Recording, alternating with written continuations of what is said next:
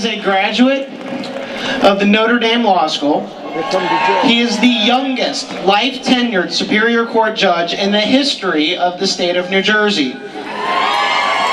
He taught constitutional law and jurisprudence as an adjunct professor of law at the Seton Hall Law School. But I think most of you know him from his work on Fox News as senior judicial analyst. He is a legal scholar and an author in his own right.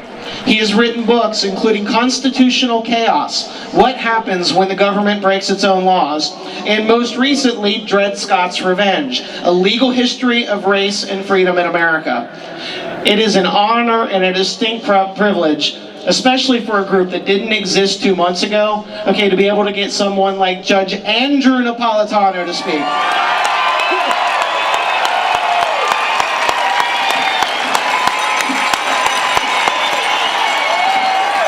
Thank you.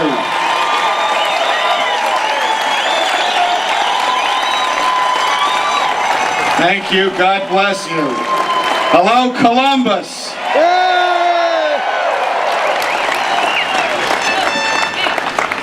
Let me set down a couple of fervent beliefs that animate everything I do and everything I say.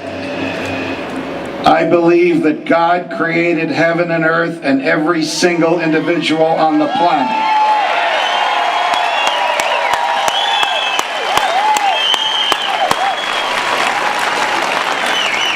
I believe that the God who gave us life, gave us liberty, and that freedom is our birthright.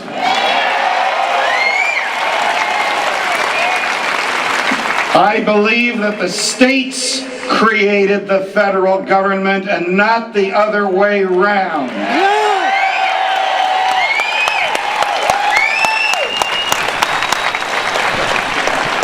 And that the power that the states gave to the federal government, they can take back.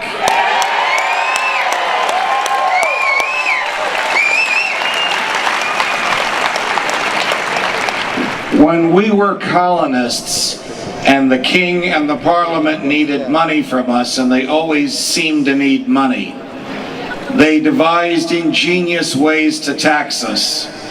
One of them was called the Stamp Act.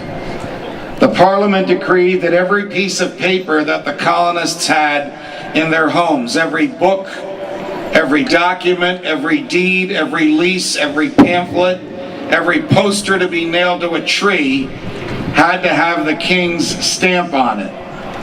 You had to go to you think going to the post office is bad? You had to go to a British government office and buy a stamp with the king's picture. Question: how did the king know that his picture was on every piece of paper in your house? The parliament enacted a hateful piece of legislation called the Writs of Assistance Act, which let the king's soldiers write their own search warrants and bang down any door they chose to look for the stamps or anything else that they were looking for. It was the last straw. We fought a revolution. We won the revolution. We wrote a constitution.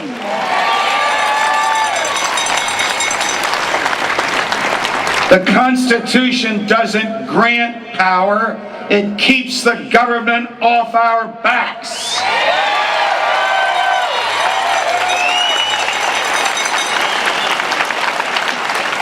When they were debating the Constitution in the summer of 1787 in Philadelphia, there were two great arguments, one by the Jefferson and Madison crowd, and one by the Adams and Hamilton crowd. Jefferson argued, though he wasn't physically there in Philly, Jefferson argued, as he did in the Declaration of Independence, that our rights are ours by virtue of our humanity, that as God is perfectly free and we are created in His image and likeness, we too are perfectly free.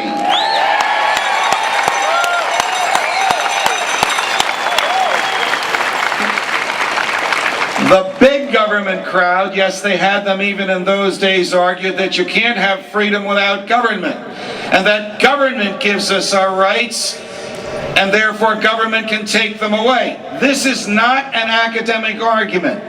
Jefferson and the natural law argument prevailed because the Constitution was written to keep the government from interfering with our natural rights.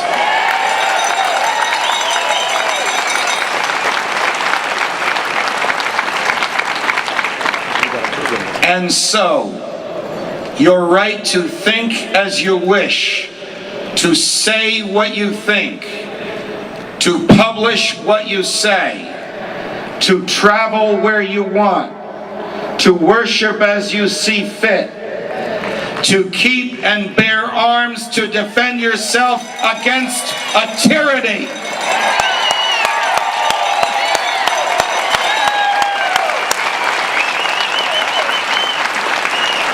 And after the right to life, the greatest and most uniquely American of rights, and I say this in front of the seat of the government, it is the right to be left alone.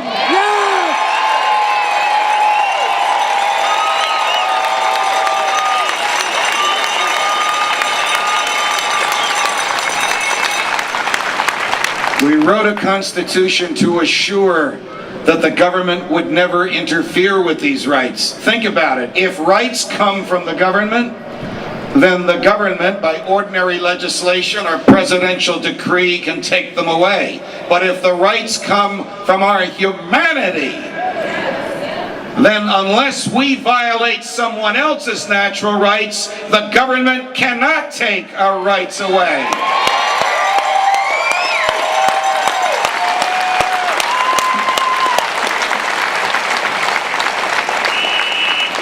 This is not just a Democrat, uppercase D, or Republican, uppercase R problem. It is a problem with government today. There's a Republican version of big government just as assaultive to our liberties, and there's a Democrat version of big government.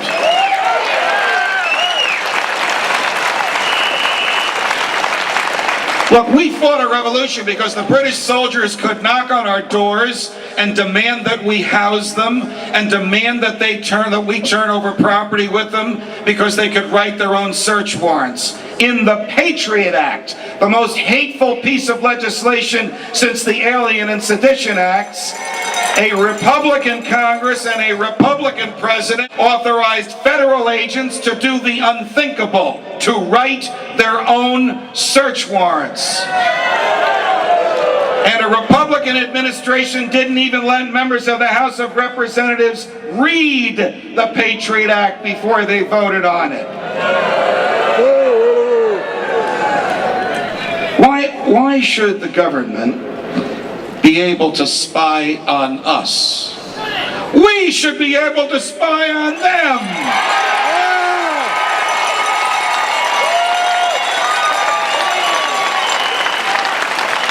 When some judge is rationalizing away our liberty, or some congressman is plotting to take your freedom or your tax dollars, we should know what they do every minute that they do it.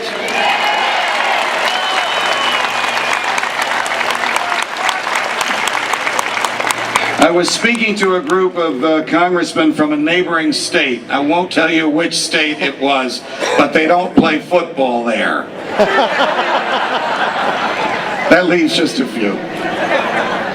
And they came up to me and said, this is the first time we have heard that the Patriot Act allows federal agents to write their own search warrants. Remember, in the Constitution, we put in the Fourth Amendment, the right to be left alone, to make sure that if the government had a target, no matter how guilty the target, no matter how widespread is the belief in the guilt of the target, no matter how dangerous is the target, the government has to go through a neutral judge with a search warrant before it can get to that target. These members of Congress said, we didn't know that the Patriot Act allowed the government to bypass the courts and write any search warrant they wanted. And then I asked them a question that I knew the answer to already.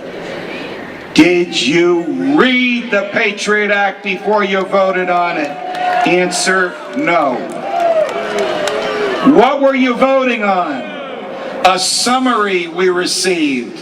Let me guess who wrote the summary. Some lawyers in the Justice Department, right? Of course.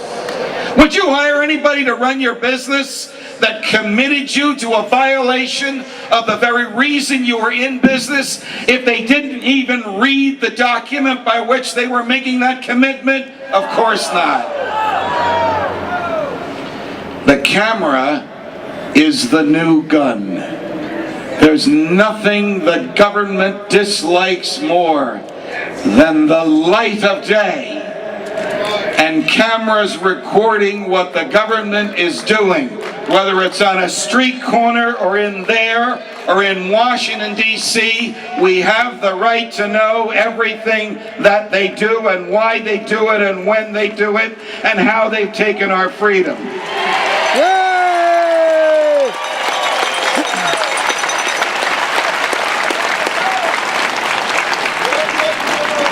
I have another one of my basic core beliefs. The individual has an immortal soul. Every individual is greater than any government. The government is based on fear and force.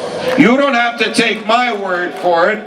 The second president of the United States, John Adams, said, of course the government is based on fear. And the first president, George Washington, said, government is not reason, it is force. I think, regrettably, they knew what they were talking about. Now, fast forward to modern times. Whenever the government wants something, it scares us. During the Civil War, Lincoln tried civilians in this state where no battles occurred by military tribunal. After he died, the Supreme Court invalidated everything the military tribunals did. During the First World War, the Wilson administration locked up 2,000 people and called them anarchists. Same thing as enemy combatant. No trial, no charge, just jail for the duration of the war.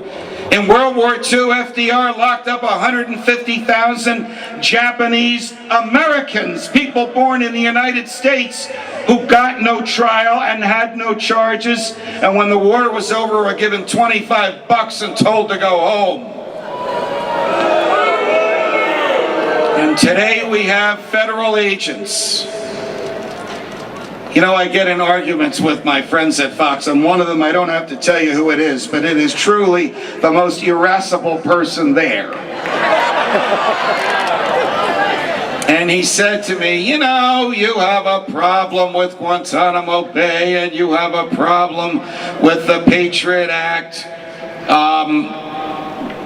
What will you do if I get sent to Guantanamo Bay? Will you visit me? And I said, Bill? No. Because they'll probably keep me there as well.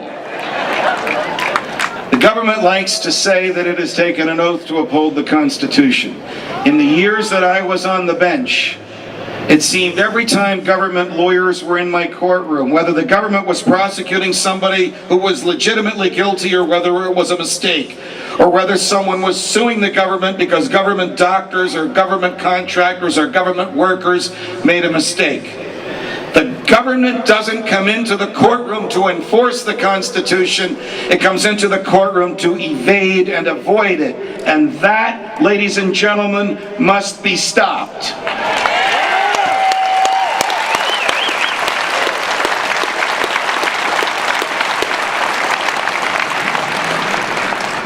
This is a great moment in our history.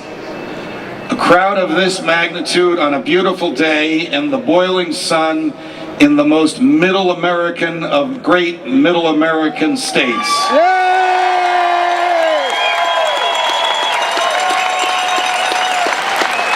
Comes together not because the president is a Democrat, not because his predecessor was a Republican, not because a war is just or unjust, not because the Fed is stealing or printing. You are here because you believe in human freedom.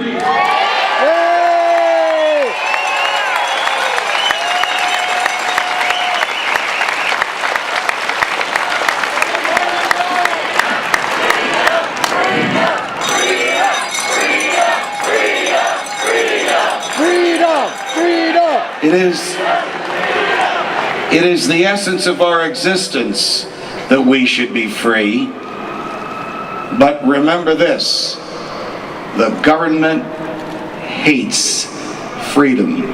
It is an obstacle to every one of their designs. Whenever they write laws, whenever they take your tax dollars, whenever they regulate your private behavior, whenever they tell you how to spend your money, whenever they tell you what medicines to take, whenever they tell you what food to eat, whenever they tell you with whom you may or must associate, they are taking away your freedom, and they love to get away with it. And they cannot get away with it any longer.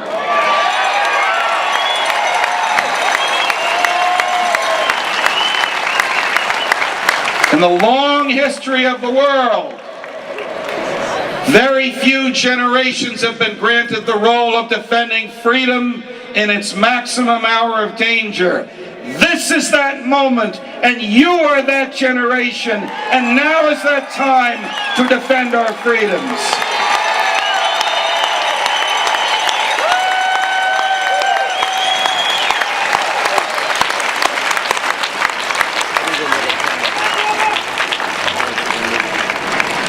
Jefferson was no saint, but he was the greatest of our American presidents. He believed that the individual was greater than the state.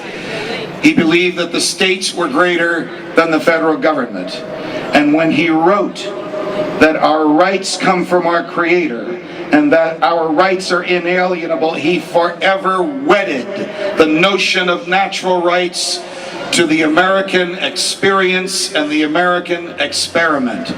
We must be vigilant about every right that the government wants to take away from us. You've heard the president say, the present president and his predecessor, my first job is to keep you safe. He's wrong. His first job is to keep us free. It is his only job to keep us free.